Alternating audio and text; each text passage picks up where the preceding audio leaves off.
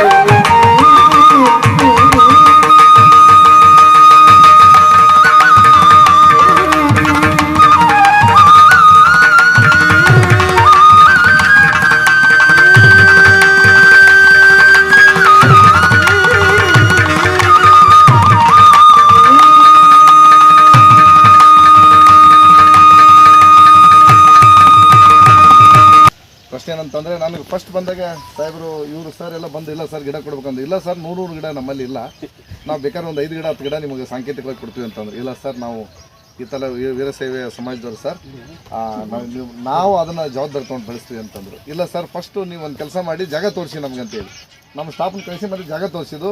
ಇಲ್ಲ sir eligible ಇದೆ, ಜಾಗ ಓಪನ್ ಆಗಿದೆ, ಮಾಡ್ಬೋದು ಅಂತ. ನಮ್ಮದೇನು ಪ್ರಶ್ನೆ ಏನು ಗೊತ್ತಾ ಸರ್, ವರ್ಷಾನುಗಟ್ಟಲೆ ಗಿಡ ಬೆಳೆಸಿರ್ತೀವಿ. ಈಗ ನಾವು ಏನು ಮಾಡ್ತೀವಿ, ಎಷ್ಟೋ ಜನ ಏನು ಮಾಡ್ತೀವಿ ಅಂದರೆ ನಾವು ಒಂದು ಫೋಟೋಕ್ಕೆ ವಿಡಿಯೋಕ್ಕೆ ಒಂದು ಫೋಟೋ ಹಚ್ಚಿ ಗಿಡ ಹಚ್ಚಿ ನಾವು ಹೋಗ್ಬಿಡ್ತೀವಿ, ಆ ಗಿಡ ಒಣಗಿಬಿಡುತ್ತೆ. ಆಮೇಲೆ ನೋಡಿರಿ ಅರಣ್ಯ ಇಲಾಖೆಯವರು ಗಿಡ ಹಚ್ತಾರೆ ಹಿಂಗೆ ಹೋಗ್ಬಿಡ್ತಾರೆ ಅಂತಾರೆ. ಅಥವಾ ನಮ್ಮ ಮಗುವನ್ನ ಅದನ್ನು ಒಣಗಿಸ್ದಂಗೆ. ಆ ಕಾರಣಕ್ಕಾಗಿ ಗಿಡಗಳನ್ನ ನಾವು ಕೊಡ್ಬೇಕಂದ್ರೆ ಪ್ರೀಸಿಯಸ್ ಸರ್. ಆ ಕಾರಣಕ್ಕಾಗಿ ಗಿಡ ಯಾರೋ ಅಚ್ಚುಕಟ್ಟಾಗಿ ಬೆಳೆಸ್ತು ಅಂತಂದ್ರೆ ಖಂಡಿತ ನಾವು ಬೆಳೆಸ್ತೀವಿ, ಖಂಡಿತ ನಾವು ಕೊಡ್ತೀವಿ. ಇನ್ನೊಂದು ಏನಾಗಿದೆ ಅಂದರೆ ನಮ್ಮಲ್ಲಿ ಬೇರೆ ಬೇರೆ ತುಂಬ ಯೋಜನೆಗಳಿವೆ ಸರ್. ಆ ಯೋಜನೆಗಳು ನಮ್ಮವ್ರಿಗೆ ಏನಾಗುತ್ತೆ ಅಂದರೆ ಕೇವಲ ಇಲಾಖೆಗೆ ಮಾತ್ರ ಸಾಂಕೇತಿಕವಾಗಿ ಆಗಿದೆ.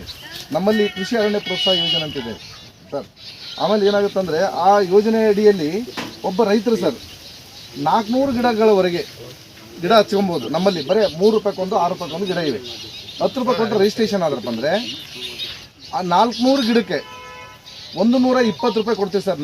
ನೀವು ಗಿಡ ಬೆಳೆಸಿ ಅಂದರೆ ನಾವು ಸರ್ಕಾರದಿಂದ 120 ಒಂದು ಗಿಡಕ್ಕೆ ಸರ್ 120 ರೂಪಾಯಿ ಕೊಡ್ತೀವಿ ಸರ್.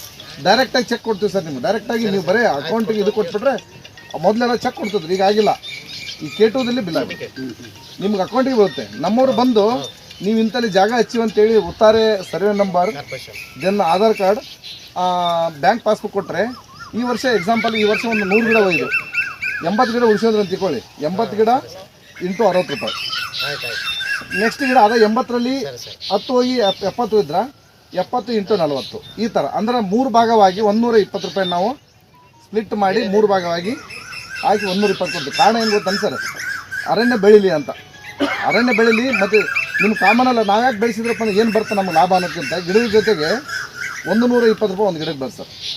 ಆ ಥರ ಕೃಷಿ ಅರಣ್ಯ ಪ್ರೋತ್ಸಾಹ ಯೋಜನೆ ಅಂತಿದೆ. ನಮ್ಮಲ್ಲಿ ತುಂಬ ಕಡಿಮೆ ರೇಟ್ನಲ್ಲಿ ಬರ್ತವೆ. ನಿಮಗೆ ರೈತರಿಗೆ ಯಾವ ಬೇಕು ಸಸಿಗಳಂತ ನೀವು ಮೊದಲೇ ನಮಗೆ ಅಡ್ವಾನ್ಸ್ ಕೊಟ್ಟರಪ್ಪ ಅಂದರೆ ಆ ಗಿಡ ಬೆಳೆಸ್ಕೊಡೋಕ್ಕೂ ನಮ್ಮಲ್ಲಿ ಯೋಜನೆಗಳಿವೆ.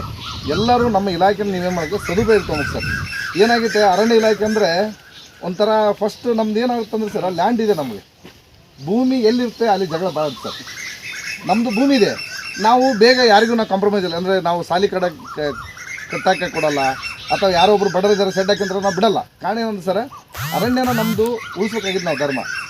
ಅವಾಗ ನಾವು ಏನಾಗ್ತೀವಿ ಇಲಾಖೆಯವರು ಖಂಡಿತ ಅವ್ರೇನು ರೀ ಫಾರೆಸ್ಟ್ದವರು ಒಂಥರ ಅವರು ರಾಕ್ಷಸರಿದ್ದಂಗೆ ಒಟ್ಟ ಬಿಡಲ್ಲ, ಅವರು ಯಾವುದಕ್ಕೆ ಕಾಂಪ್ರಮೈಸ್ ಆಗಲ್ಲ ಅಂತ. ಕಾಂಪ್ರಮೈಸ್ ಆಗಲಾರ ಸಲಗೆ ಸರ್ ಇಷ್ಟು ದಿನ ಭೂಮಿ ಉಳಿದಿದೆ, ಇಲ್ಲಾಂದ್ರೆ ಉಳಿಯಲ್ಲ ಸರ್ ಖಂಡಿತ.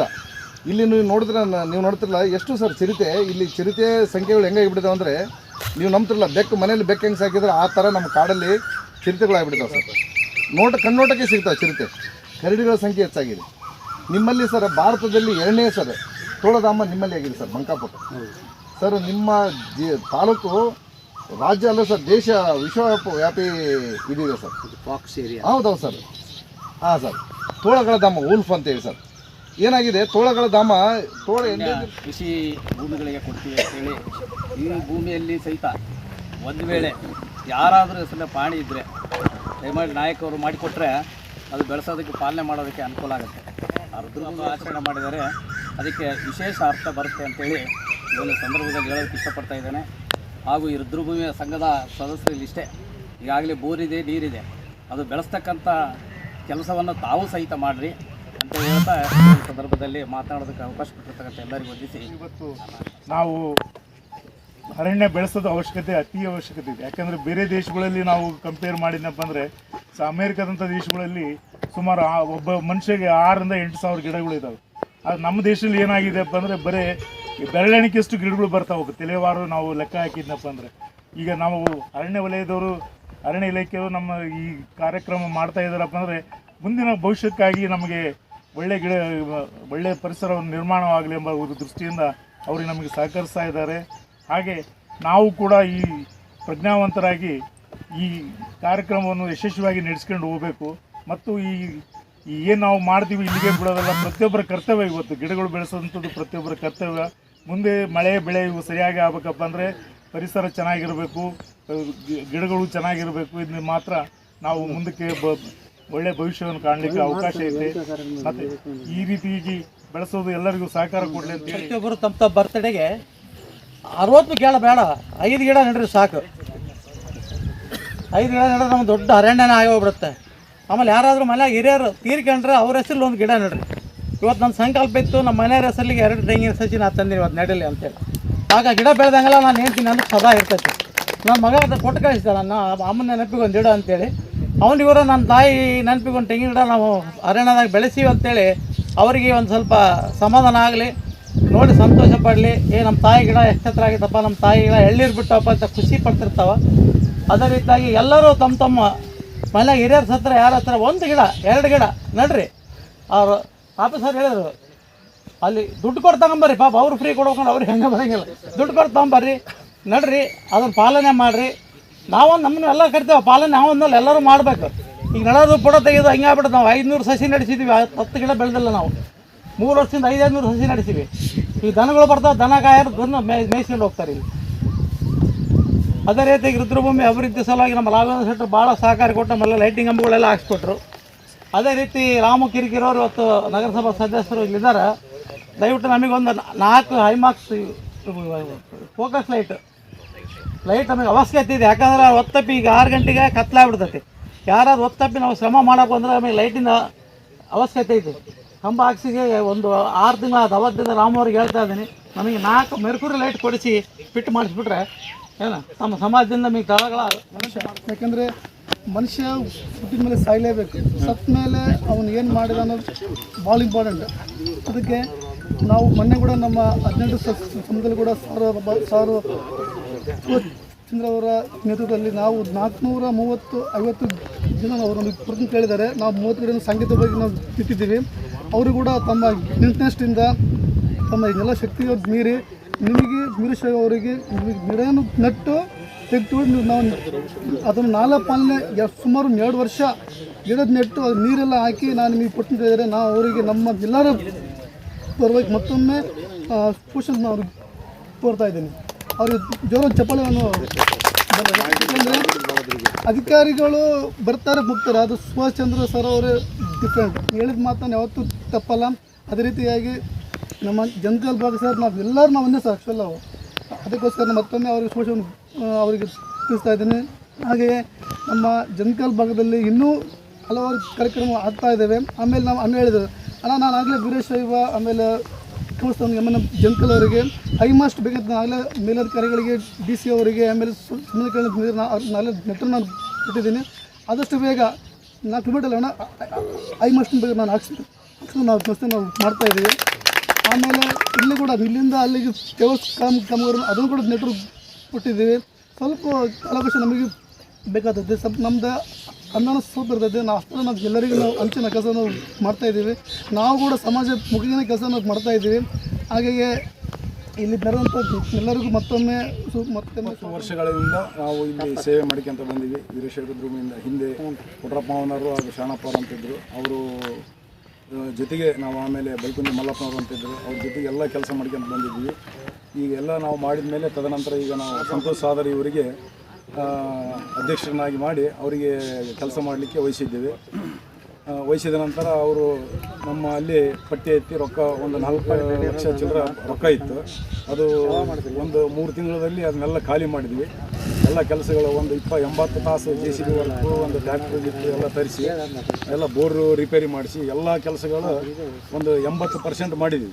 20% ಉಳಿತು. 80% ರೂಪಾಯಿ 4 ಲಕ್ಷ ಮೇಲೆ ಖರ್ಚಾಗಿಬಿಡ್ತು. ಇನ್ನೂ ಒಂದು 50-60 ಸಾವಿರ ರೂಪಾಯಿ ಅಧ್ಯಕ್ಷರು ಹೆಚ್ಚಿಗೆ ಖರ್ಚು ಮಾಡಿದ್ದಾರೆ. ಹಾಗೆ ನಮ್ಮ ವೀರಶೈವ ಸಮಾಜದವರು ಯಾರೂ ಇಲ್ಲಂತೇಳಿ ಎಲ್ಲರೂ ಕೊಟ್ಟರೆ ಮುಂದಿನ ದಿನಮಾನಗಳಲ್ಲಿ ಇನ್ನೂ ಅಭಿವೃದ್ಧಿ ಆಗಬೇಕಪ್ಪ ಅಂದರೆ ಇನ್ನೊಂದು ಸ್ವಲ್ಪ ದುಡ್ಡಿನ ಅವಶ್ಯಕತೆ ಇದೆ. ಹಾಗೆ ಮುಂದಿನ ವರ್ಷ ನಾವು ಎತ್ತಲಿಕ್ಕೇನು ಪ್ರಾರಂಭ ಮಾಡಬೇಕು. ಹಾಗೆ ಇಲ್ಲಿ ಕುಂತಿರ್ತಕ್ಕಂಥ ಎಲ್ಲರೂ ಯಾರು ಕೇಳಿದ್ರೆ ಯಾರು ಯಾವುದಕ್ಕೆ ಸಹಕಾರಕ್ಕೆ ಇಲ್ಲ ಹಂಗಿಲ್ಲ. ನಮ್ಮ ಪರಶುರಾಮ್ ಕಿರಿಕಿರಿ ಆಗ್ಬೋದು, ಅವರು ಲೈಟ್ ಗೀಟ್ ಎಲ್ಲ ಹೇಳಿದ್ದಾರೆ. ಹಾಗೆ ನಮ್ಮ ಅಯ್ಯನವ್ರನ್ನ ಕಂಬ ಹಾಕ್ಸಿದ್ರು, ಅವರು ಲೈಟ್ ಹಾಕ್ತೀವಿ ಅಂತ ಹೇಳಿದ್ದಾರೆ. ಹಾಗೆ ತಿಬ್ಬರ ತಾತನರು ಕೂಡ ಅವರು ನಮ್ಮಿಂದ ಏನಾಗುತ್ತೋ ಎಲ್ಲ ಮಾಡ್ತೀವಿ ಅಂತ ಎಲ್ಲರೂ ಹೇಳಿದ್ದಾರೆ. ಹಾಗೆ ಏನಪ್ಪ ಅಂದರೆ ನಮ್ಮ ಅಧ್ಯಕ್ಷ ಸುಭಾಷ್ ಸಾದರಿಗೆ ಸ್ವಲ್ಪ ಸಹಕಾರ ಕೊಡ್ತಕ್ಕಂಥ ಯುವಕರದ್ದು ಒಂದು ಟೀಮ್ ಬೇಕಾಗಿತ್ತು. ಯಾಕಂದ್ರೆ ನಾವು 20 ವರ್ಷ ಮಾಡಿ ಸಾಕಾಗ್ಬಿಡುತ್ತೆ. ನಾವು ಯಾರು ಫೋನ್ ಮಾಡಿದಾಗಲೇ ಬರ್ತೀವಿ ಅಂದರೆ 2ನೇ ಸಲ ಫೋನಿಗೆ ಹೋಗ್ತೀವಿ, 1 ಸಲ ಫೋನ್ಗೆ ಹಂಗಾಗಿಬಿಡುತ್ತೆ. ಹಂಗಾಗಿ ಒಂದು 10 ಜನ ಹುಡುಗರು ಅದಾರ. ಆ ಹುಡುಗರು ಸುಭಾಷ್ ಅವರಿಗೆ ಸಹಕಾರ ಮಾಡ್ಬೇಕಂತ ನಾನು ಅವರಲ್ಲಿ ಮನವಿ ಮಾಡ್ತಾಯಿದ್ದೀನಿ. ಸಂತೋಷ್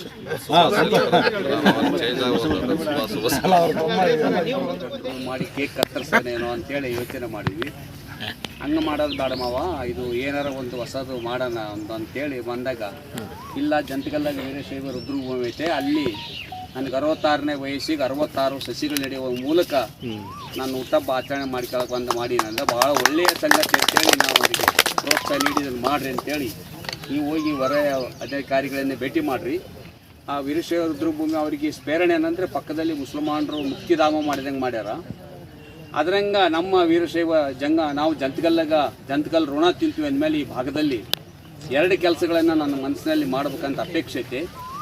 ಏನಂದರೆ ಒಂದು ಟ್ರಸ್ಟ್ ವತಿಯಿಂದ ಅಥವಾ ನಮ್ಮ ವೀರಶೈವ ವೀರಮಹೇಶ್ವರ ಜಂಗಮ ಸಮಾಜದಿಂದ ಲಲಿತಾ ಮಹಲ್ ಎದುರುಗಡೆ ಒಂದು ಜಾಗ ಹಿಡಿದಾರೆ. ಆ ಜಾಗದಲ್ಲಿ ಭಾಳ ಕಿರಿಕಿರಿ ಇತ್ತದು. ಅದು ನೇಕಾರ ಸಮಾಜದವ್ರು ಬಂದು ಕಲ್ಲು ಹಾಕೋದು, ಬೋವಿ ಸಮಾಜದವ್ರು ಬಂದು ಕಲ್ಲು ಹಾಕೋದು ಅದು ಮಾಡ್ತಿದ್ರು. ಅದಕ್ಕೆ ಕಂಪ್ಲಿ ಒಳೆಯಾಗ ಒಂದು ಲಿಂಗ ಸಿಕ್ತು. ಅದನ್ನ ತಗೊಂಬಂದು ಅಲ್ಲಿ ಸ್ಥಾಪನೆ ಮಾಡಿಬಿಡ್ರಲ್ಲಿ ಯಾರು ಬರ್ತಾರೆ ನೋಡೋಣ ಅಂತೇಳಿ ಅದನ್ನು ಅಲ್ಲಿ ಸ್ಥಾಪನೆ ಮಾಡಿಸಿ ತ್ರಯಂಬಕೇಶ್ವರ ಅಂತ ನಾಮಕರಣ ಮಾಡಿ ಅವ್ರಿಗೆ ನಾನು ವಾಗ್ದಾನ ಮಾಡಿದ್ದೀನಿ. ಅದಕ್ಕೆ ಜಂತಕಲ್ಲಿನ ಎಲ್ಲ ಭಕ್ತರು ಅದಕ್ಕೆ ಸಹಕಾರ ಮಾಡಿ ಇವತ್ತು ಅಲ್ಲಿ ಅಭಿಷೇಕ ಅಮಾಸಿಗಂ ಪೂಜೆ ನಮ್ಮ ಅದೇನವರ ನೇತೃತ್ವದಲ್ಲಿ ಪೂಜೆ ಪುನಸ್ಕಾರ ಉಚ್ಚಯ್ಯನವರು ಮತ್ತು ನಮ್ಮ ವೀರಯ್ಯನವರು ಎಲ್ಲ ನೇತೃತ್ವದಲ್ಲಿ ಅಲ್ಲಿ ನಡೀತಾ ಇದೆ. ನಮ್ಮ ಸಂಗಮೇಶ್ ಅಂತೇಳಿ ಈಗ ಆತನ ಹೊಸದಾಗಿ ಅಧ್ಯಕ್ಷ ಮಾಡಿ ಭಾಳ ಒಳ್ಳೆ ಹುಡುಗ. ಯಾವುದೇ ಆದಂಥ ಇದರಲ್ಲಿ ಇವತ್ತು ನಮ್ಮ ಸಂಸಿ ಮಠ ಇರ್ಬೋದು, ನಮ್ಮ ವೀರಯ್ಯನವರು ಇರ್ಬೋದು, ನಮ್ಮ ವಿನಯ್ ಪಾಟೀಲ್ ಇರ್ಬೋದು, ನಮ್ಮ ಗಂಗಾಧರ್ ಇರ್ಬೋದು, ನಮ್ಮ ವೀರದೇಶ್ ಇರ್ಬೋದು, ವೀರೇಶ್ ಇರ್ಬೋದು, ಅನೇಕ ಇಲ್ಲಿ ಯಜಮಾನರು ಟೈಮಲ್ಲಿ ಎಲ್ಲರೂ ಕೂಡ ಸಹಕಾರ ಮಾಡಿ ಅಲ್ಲಿ ಒಂದು ಸಣ್ಣದು ಒಂದು ತ್ರಯಂಬಕೇಶ್ವರ ದೇವಾಲಯನ ಆ ಗಂಗನಾಳ ಅಲ್ಲಿ ಸಂಗಪ್ಪ ಕಮಿಷನರ್ ಅವರು ಒಂದು ಶ್ರೀಶೈಲ ಮಲ್ಲಿಕಾರ್ಜುನ ಗುಡಿ ಕಟ್ಟಾರ. ಆ ಟೈಪು ಅಲ್ಲಿ ಈ ಭಾಗದ ಜನರಿಗೆ ಅದು ಭಕ್ತಿಯ ಧಾಮ ಆಗೈತೆ ಅಲ್ಲೆಲ್ಲ. ಅಲ್ಲಿ ಹನುಮನ ಟೆಂಪಲ್ ಕೂಡ ಪಕ್ಕದ ಕೆಳಗಡೆ ಹನುಮ ಟೆಂಪಲ್ ಆಗ್ತದೆ, ಹನುಮಗಿರಿ ಆಗ್ತದೆ, ಅಯ್ಯಪ್ಪಗಿರಿ ಆಗ್ತದೆ. ಅದ್ರ ಜೊತೆಗೆ ಒಂದು ಈಶ್ವರನ ತ್ರಯಂಬಕೇಶ್ವರಿ ದೇವಾಲಯ ಇದ್ದರೆ ಅದು ರೂಪವೇ ಆಗಿ ಆಗ್ತದೆ. ಆ ಭಾಗದಲ್ಲೇ ಒಂದು ಅದ್ಭುತವಾದಂಥ ಇದು ಮಾಡೋಣ. ಅಲ್ಲಿ ನಿಂದ್ರಕ್ಕೆ ಒಂದು ಸಮಾಜ ವತಿಯಿಂದ ಏನಾದರೂ ಮಂಗಲ ಭವನ ಮಾಡೋಣ. ಅದಕ್ಕೆ ಕೈಲಾದಷ್ಟು ನಾನು ಅವ್ರಿಗೆ ಹೇಳಿದ್ದೀನಿ. ನಾನು ಅದು 20 ಲಕ್ಷ ರೂಪಾಯಿಗಳನ್ನು ಅದಕ್ಕೆ ನಾನು ಸಹಾಯ ಮಾಡ್ತೀನಿ ಅಂತೇಳಿ ನಾನು ಮಾತು ಕೊಟ್ಟಿದ್ದೀನಿ. ರಾಘವೇಂದ್ರ ಶೆಟ್ಟಿಯವರಿಗೆ ಭಾಳ ಸಲ ಹೇಳಿದ್ದೀನಿ, ಅದನ್ನೇನಾದ್ರು ಮಾಡಿ ನಮಗೆ ಶುದ್ಧ ಮಾಡಿಕೊಡ್ರಿ, ಅದನ್ನು ಡಾಕ್ಯುಮೆಂಟ್ಸು ನಮ್ಮ ಕೆಲಸ ನಾವು ಪ್ರಾರಂಭ ಮಾಡ್ತೀವಿ ಅಂತೇಳಿ ನಮಗೆ ಸ್ವಾರ್ಥಕ್ಕಿಲ್ಲ. ಅದು ಈ ಭಾಗದ ಜನರಿಗೆ ಅಲ್ಲಿ ಏನಾದರೂ ವೈದಿಕ ಅಥವಾ ಈಗಿನ ಕಾಲದಾಗ ನಮ್ಮ ಐನೂರು ಮಂದಿ ಹೆಂಗಾಗ್ಬಿಟ್ರಂದ್ರೆ ಮಂತ್ರ ಕಲಿಯಕ್ಕೆ ಏನಾನ ಸಾಷ್ಟಾಂಗ, ಈಗ ಯಾರು 70 ಮನೆಗೆ ಊಟಕ್ಕೆ ಹೋಗಿರ್ತಾರೆ, ಅಲ್ಲಿ ಸಾಷ್ಟಾಂಗ ಹಾಕ್ಸ್ಬಾರ್ದು. ನಾವು ಸಾಷ್ಟಾಂಗ ಹಾಕಿ ಏರೂರು ಗೌಡ್ರ ಮನೆಗೆ ಯಾರೋ ಐನೂರು ಊಟಕ್ಕೆ ಹೋಗಿದ್ದಂತೆ ಸಾಷ್ಟಾಂಗ ಹಾಕ್ಸಿ ಶಿವಯೋಗಿನೇ ಸಂತೃಪ್ತೋ ತೃಪ್ತ ಹೋಯ್ತು ಶಂಕರ ತನ್ಮಯಂ ಸಂತೃಪ್ತಿ ಅಂದು ಲಾಸ್ಟಿಗೆ ಸದಾಕಾಲ ಹಿಂಗನೇ ತಾತ ಎದ್ದಾಳೆ ನಮ್ಮನೆ ಸತ್ಕಂತಲ್ಲಿ ಅವರೇ ಸಲಹೆ ಕೊಟ್ಟರು ನಮಗಿದೆ. ಇಲ್ಲ ನಿಮ್ಮ ಜಲತಲಲ್ಲಿ ನಾನು ಒಂದ್ಸಲ ಮಣ್ಣಿಗೆ ಹೋಗಿದ್ದೆ, ಅಲ್ಲಿ ನೀರಿರಲಿಲ್ಲ, ಆಮೇಲೆ ಒಂದು ನೆರಳಿಲ್ಲ, ಹಿಂಗಾಗಿಬಿಟ್ಟು ನೀವೆಲ್ಲ ಸೇರಿ ಅದು ನಂತದ್ದು ಯಾಕೆ ಆ ಕೆಲಸ ಕೈಗೊಳ್ಬಾರ್ದು ಅಂತ ಅವ್ರು ಸಲಹೆ ಕೊಟ್ಟರು. ಹಿಂಗಾಗಿ ಮತ್ತು ಕೆಲವು ಮಂದಿ ಅಂದರು, ನೀನು ಹೋಗಿ ಹುಟ್ಟೊಬ್ಬನ ಸುಡುಗಾಡ್ಯಾಗ ಮಾಡ್ಕೊಂತಲ್ಲ ಅಂದರು. ಇಲ್ಲ, ನೀನು ಸುಡುಗಾಡ್ಯಾಗ ಮಾಡಿದ್ರೆ ನಿನ್ನ ಆಯುಷ್ ವೃದ್ಧಿ ಆಗುತ್ತೆ, ನೀನು ಅಲ್ಲೇ ಮಾಡಂತೀವ್ರು. ಆಗ ನಮಗೆ ಲಾಟ್ರಿ ಕೊಟ್ಟರು. ಅದಾದಮೇಲೆ ನಮ್ಮ ಸಂತೋಷ್ ಅವರು, ನಮ್ಮ ವೀರಯ್ಯನವರು ಇವರೆಲ್ಲರೂ ಸಲಹೆ ಕೇಳಿದೆ. ಮತ್ತು ಹಿಂಗೆ ಮಾಡ್ಬೇಕಂತ ಮಾಡಿವಿ. ನಮ್ಮ ಬಸವರಾಜ್ ಕೋರಿ ಅವರು ಹೆಂಗ್ರಿ ಅಂದ್ಕೊಂಡು ಮಾಡಿರಿ ತಾತ, ನಿಮ್ಗೆ ಯಾರು ಬೇಡ ಅಂತ ಅಶ್ವಾಗಿ ನೀವು ಕೆಲಸ ಮಾಡ್ರಿ ಅಂತೆಲ್ಲ ನಮಗೆ ಸಲಹೆ ಕೊಟ್ಟರು. ಆಮೇಲೆ ನಮ್ಮ ಸಾಹೇಬ್ರ ಹತ್ರ ಹೋದ್ವಿ. ಅವ್ರೇನೆಂದ್ರು, ಇಲ್ಲರಿ ಅಷ್ಟು ಗಿಡಗಳು ನಮ್ಗಿಂದ ಕೊಡೋಕ್ಕಾಗಲ್ಲ ಅಂದರು. ಇಲ್ಲರಿ ನಮ್ಮ ಸಮಾಜದಿಂದ ನಮ್ಮ ರುದ್ರಭೂಮಿಯಲ್ಲಿ ಪರಿಸರ ಸರಿ ಇಲ್ಲ, ದಯವಿಟ್ಟು ನೀವು ಒಂದು ಸಾರಿ ಇನ್ಸ್ಪೆಕ್ಷನ್ ಮಾಡಿರಿ, ಅಲ್ಲಿ ನೋಡ್ರಿ ಅಂದ್ಕೊಳ್ಳಿ. ಅವ್ರು ತಮ್ಮ ಸಿಬ್ಬಂದಿಗಳು ಕಳಿಸಿ ನೋಡಿದ್ರು. ಇಲ್ಲ ಅವಶ್ಯಕತೆ ಐತೆ ಅಂತ ಅವರೆಲ್ಲ ಬಂದು ಹೇಳಿದ್ಮೇಲೆ ಅವರು ಕೂಡ ಸಹಕಾರ ಮಾಡಿದರು. ನೀವು ಬರೀ ಗಿಡ ಹಚ್ಚೋದಲ್ರಿ, ಅದನ್ನು ಪಾಲನೆ ಪೋಷಣೆ ಕೂಡ ಮಾಡ್ತಕ್ಕಂಥ ನಿಮ್ಮ ಕರ್ತವ್ಯ ಅಂತ ಕೂಡ ಸರ್ ಹೇಳಿದರು. ಅದಕ್ಕೆ ತಕ್ಕಂತೆ ಈಗ 60 ಗಿಡಗಳು 66 ಗಿಡಗಳು ಐತಲ್ರಿ. ನಾನು ಸಾಧ್ಯ ಆದಷ್ಟು ಅದಕ್ಕೆ ಪೈಪನ್ನು ಕೇಳಿದೆ ನಮ್ಮ ಸಂತೋಷ್ ಅವರು, ಅದಕ್ಕೆ ಪೈಪ್ ಕೂಡ ಕೊಡಿಸ್ತೀನಿ. ಆಮೇಲೆ ಬೇಸಿಗೆಯಲ್ಲಿ ನೀರು ವ್ಯವಸ್ಥೆ ಸಲುವಾಗಿ ನೀವು ಸ್ವಲ್ಪ ಸಹಕಾರ ಮಾಡಂದ್ರು, ಖಂಡಿತ ಅದಕ್ಕೆ ಮಾಡ್ತೀನಿ. ನಾನು ದಯವಿಟ್ಟು ಈ ಸಹಕಾರ ಮಾಡಿದಂಥ ಎಲ್ಲ ನಮ್ಮ ಜನತೆಗಳ ಬಂಧುಗಳಿಗೆ ನನ್ನ ಅನಂತ ನಮನಗಳನ್ನು ಸಲ್ಲಿಸಿ ನಾನು